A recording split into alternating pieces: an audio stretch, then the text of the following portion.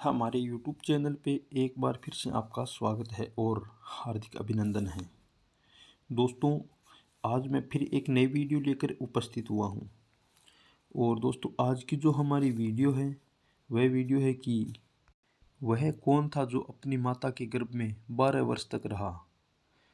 यानी कि ऐसा कौन सा बालक था जिसका क्या नाम था जो अपनी माता के गर्भ में 12 वर्ष तक रहा था, उसके बाद उसने जन्म लिया था। तो चलिए दोस्तों, आज मैं आपको बताता हूँ। आपका ज़्यादा समय नहीं लेते हुए वीडियो शुरू करते हैं। दोस्तों, एक समय की बात है, भगवान शंकर और माता पार्वती कैलाश पर्वत पर बैठे हुए थे और दोनों में वार्तालाप चल रही थी। तो माता पार्वती भगवान शंकर के गले में एक मुंडों की माला देखती है और उस माला को देखकर कहने लगी, हे प्रभु, आपके गले में जो यह माला है इसमें मुंडन किसके हैं? मुंडन कहते हैं यानी खोपड़ी को। भगवान शंकर के गले में खोपड़ियों की माला होती है। तब भगवान शंकर कहते हैं कि हे पार्वती, अब तक आपके 108 जन्म हो चुके हैं और यह आपके ही 108 मुंडों की माला है जो मेरे गले में धारण किए हुए हैं। तब माता पार्वती कहने लगी, हे प्रभु, आप इतने समय से एक ही शरीर में हैं। तब भगवान शंकर कहने लगे, हाँ पार्वती, मैं एक ही शरीर से हूँ।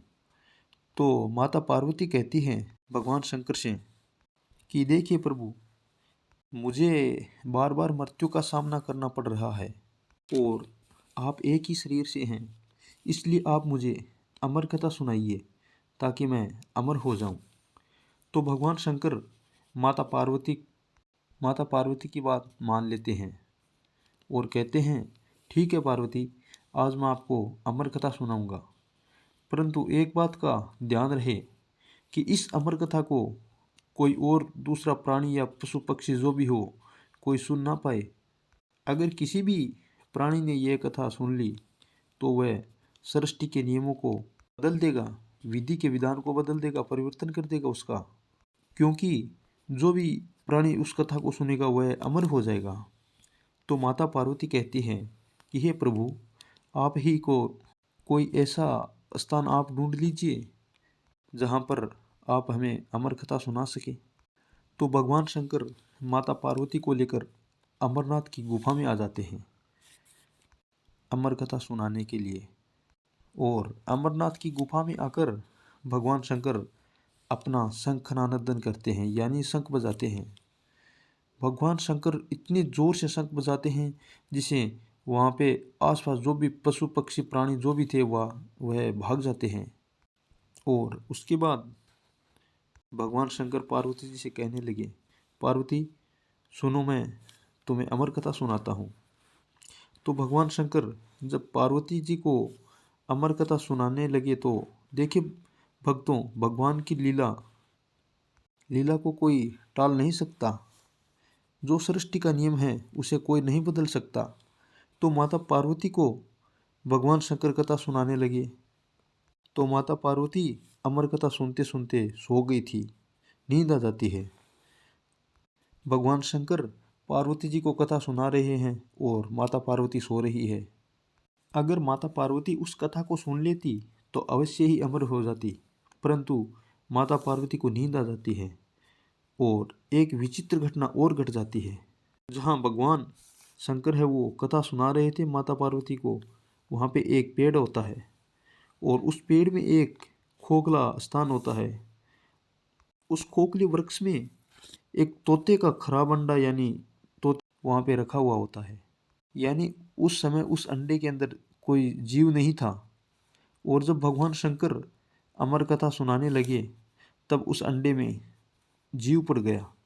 और जैसे जैसे भगवान शंकर माता पार्वती को अमर कथा सुनाते गए वैसे वैसे उस अंडे को अमरता मिलती गई और वह अमर हो गया, वह शक्तिशाली हो गया।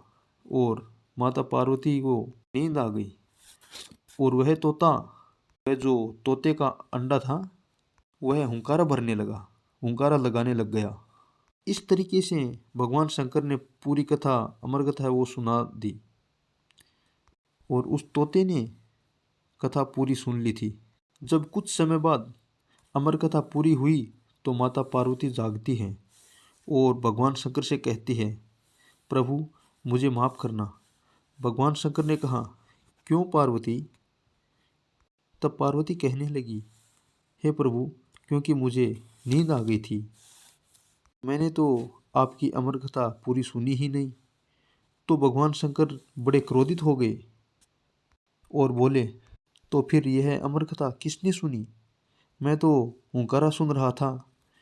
मुझे ऐसा लग रहा था कोई प्राणी हुंकारा दे रहा है। वह कौन था, कौन प्राणी था जिसने अमर कथा सुनी है? और इस बात पर भगवान शंकर है वो बड़े ही क्रोधित होते हैं और इधर उधर देखते हैं। तो तोते ने सोचा, अब मुझे भगवान शंकर के हाथों से कोई नहीं बचा पाएगा।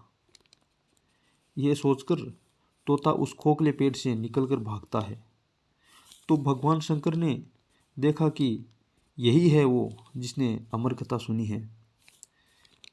भगवान शंकर ने कहा, मैं इसे जीवित नहीं छोड़ूंगा। और भगवान शंकर ने अपना त्रिशूल उसके पीछे छोड़ दिया। त्रिशूल तोते के पीछे चलता जा रहा है और तोता आगे चलता जा रहा है। भगवान शंकर क्रोध के मारे उसके पीछे भाग रहे हैं कि मैं तुम्हें जीवित नहीं छोड़ूंगा। परंतु भगवान शंकर यह नहीं सोचते कि मैंने इसे अमर कथा सुना दी, अब इसे कोई मारने वाला नहीं है, इसको कोई नष्ट नहीं कर पाएगा इस तोते को। और उधर तोता भी यह नहीं सोच रहा है कि मैंने अमर कथा सुन लिया, मुझे कौन मार सकेगा। तोता इधर उधर भागता फिर रहा है, परंतु उसे छुपने के लिए कोई स्थान नहीं मिल रहा है। तभी क्या होता है, एक औरत, एक ऋषि जी थे, उनका नाम वेदव्यास जी था। उनकी पत्नी थी जो अपने बाल सुखा रही थी, यानी केश सुखा रही थी, और उसका मुंह खुला था। तभी तोते ने सोचा, क्यों न मैं इस औरत के मुंह में छुप जाऊं। और तोता भागकर उसके मुंह में छुप जाता है। तब भगवान शंकर वेदव्यास जी के आश्रम में ही अपना धूना लगाकर बैठ जाते हैं कि कब यह तोता इस औरत के गर्भ से जन्म ले और कब मैं इसे मारूं। तब भगवान शंकर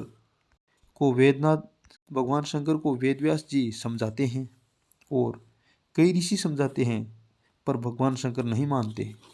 भगवान शंकर ने वहाँ पर 12 वर्ष तक उस तोते को जन्म लेने के लिए इंतज़ार किया, पर तोता जन्म नहीं ले रहा था। उसके बाद स्वयं भगवान विष्णु जी और ब्रह्मा जी वहाँ आते हैं और भगवान शंकर को समझाते हैं कि हे प्रभु, आप यहाँ से चले जाइए ताकि यह बच्चा गर्भ से बाहर आ जाए और यह औरत भी 12 वर्ष से दुख झेल रही है।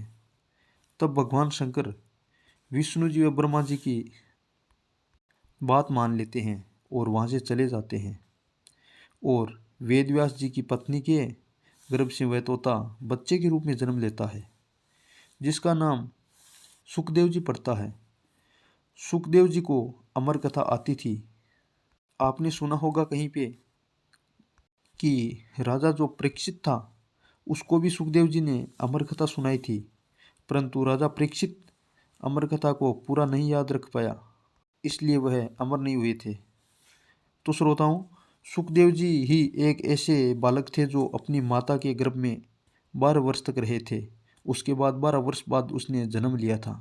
दोस्तों, मेरी वीडियो कैसी लगी आपको? लाइक करें, कमेंट करें और शेयर करें।